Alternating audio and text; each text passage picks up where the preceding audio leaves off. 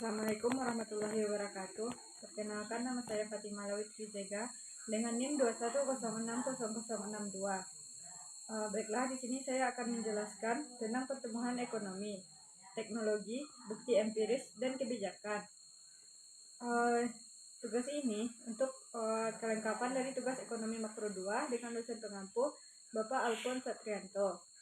Baiklah, pokok-pokok pembahasannya. Yang pertama, kemajuan teknologi dalam model slow. Yang kedua, dari teori pertumbuhan sampai data empiris pertumbuhan. Yang ketiga, kebijakan untuk mendorong pertumbuhan. Dan yang keempat, di luar model slow, teori pertumbuhan endogen. Baiklah, kita masuk kepada materi pertama, yaitu kemajuan teknologi dalam model slow. Efisiensi tenaga kerja. Ketika teknologi mengalami kemajuan, efisiensi tenaga kerja akan meningkat. Efisiensi tenaga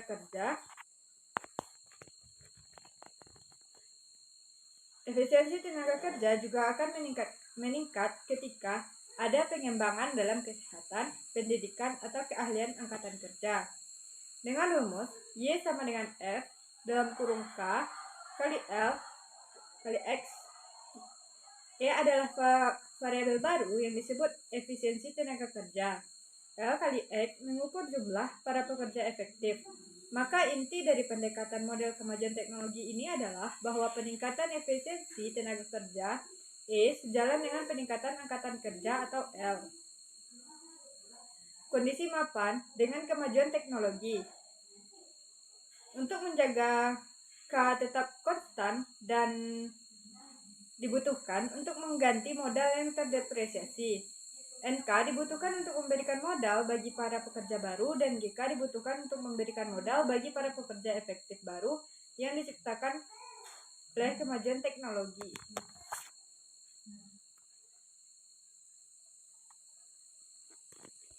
Berdasarkan dari gambar tersebut, dapat disimpulkan bahwa kemajuan teknologi yang mengoptimalkan tenaga kerja pada tingkat G mempengaruhi model pertumbuhan slow dalam cara yang sama dengan pertumbuhan populasi pada tingkat M.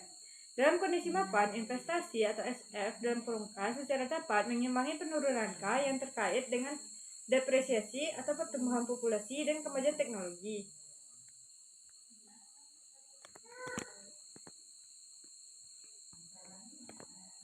Selanjutnya, dampak kemajuan teknologi.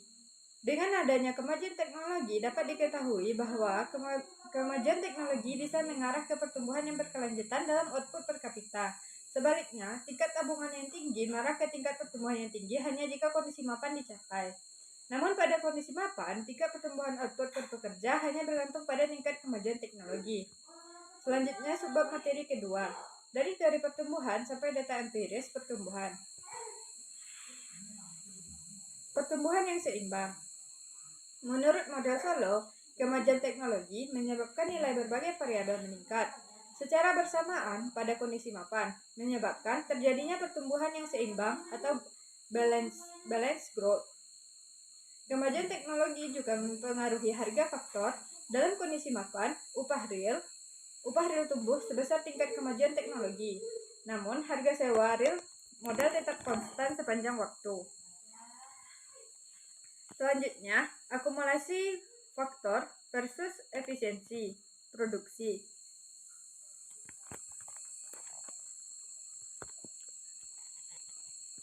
Hipotesis 1. Perekonomian yang efisien dapat mendorong akumulasi modal. Contohnya, seseorang dalam perekonomian yang berfungsi dengan baik mungkin mempunyai sumber daya dan insentif untuk tetap bersekolah serta mengakumulasikan modal manusia yang lebih besar. Hipotesis 2. Akumulasi modal dapat mendorong efisiensi yang lebih baik. Contohnya, jika ada eksternalitas yang positif terhadap modal fisik dan modal manusia, maka negara yang menabung dan menginvestasikan lebih banyak tampaknya dan mempunyai fungsi produksi yang lebih baik. Selanjutnya kita akan membahas tentang subbab materi yang ketiga, kebijakan untuk mendorong pertumbuhan. Mengevaluasi tingkat tabungan.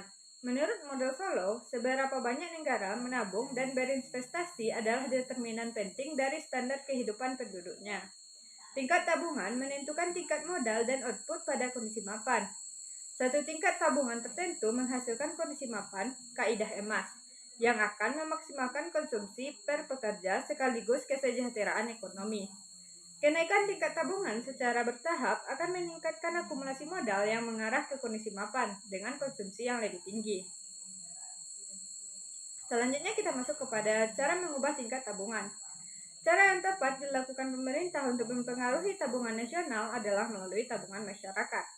Bila pengeluaran pemerintah melebihi penerimaannya, maka pemerintah dikatakan mengalami defisit anggaran, yang menunjukkan tabungan masyarakat negatif. Sebaliknya, jika pengeluaran pemerintah lebih kecil dari penerimaannya, maka terjadi surplus anggaran. Pemerintah bisa membayar sebagian utang nasional dan mendorong investasi. Namun, pemerintah juga bisa mempengaruhi tabungan nasional dan mendorong investasi. Namun, pemerintah juga bisa mempengaruhi tabungan nasional dengan mempengaruhi tabungan swasta, yaitu hubungan yang dilakukan rumah tangga dan perusahaan. Jenis-jenis modal. Modal tradisional merupakan seperti pabrik bulldozer dan baja, komputer dan robot. Modal masyarakat, infrastruktur seperti jalan raya dan sistem pembuangan air. Modal manusia, ilmu pengetahuan dan keahlian. Membangun institusi yang tepat. Salah satu alasan mengapa setiap negara memiliki tingkat efisiensi produksi yang berbeda-beda adalah karena mereka memiliki institusi yang berbeda dalam memberikan petunjuk tentang pengalokasian sumber daya yang langka yang tersedia di negara tersebut. Menciptakan institusi yang tepat penting agar dapat memastikan sumber daya yang tersedia dialokasikan sebaik-baiknya. Adam Smith menyatakan bahwa institusi berperan penting pada pertumbuhan ekonomi. Menurutnya, yang disyaratkan untuk membawa negara dari tingkat barbar yang paling rendah menuju kejayaan yang paling tinggi hanyalah perdamaian, pajak yang masuk akal, dan hukum yang ditegakkan dan syarat lainnya akan terselesaikan secara alamiah. Selanjutnya, di luar model Solow, teori pertumbuhan endogen. Model dasar, fungsi produksi sederhana, Y sama dengan AK. Y adalah output, sedangkan K adalah persediaan modal, dan A adalah konstanta yang mengukur jumlah output yang diproduksi setiap unit modal. Delta K sama dengan SY per K kurang K. Persamaan ini menyatakan bahwa perubahan persediaan modal atau delta K sama dengan investasi atau SY dikurangi depresiasi. Model dua sektor.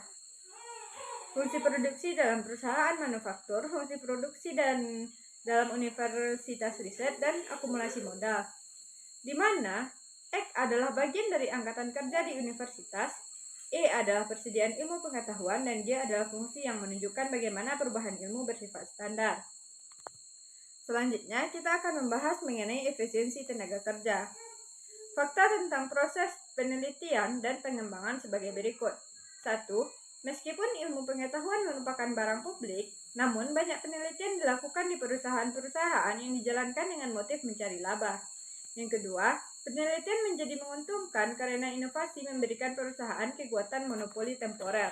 Yang ketiga, ketika perusahaan berinovasi, maka perusahaan lain juga akan mengembangkan inovasi itu untuk menghasilkan inovasi generasi berikutnya. Perusahaan-perusahaan perseorangan yang memaksimalkan laba cenderung melakukan terlalu sedikit atau terlalu banyak penelitian.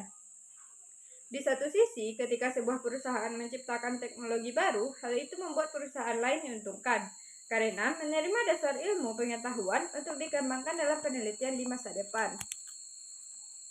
Mungkin cuma itu yang dapat saya jelaskan pada pertemuan bab kali ini. Apabila terdapat kesalahan, mohon dimaafkan. Assalamualaikum warahmatullahi wabarakatuh.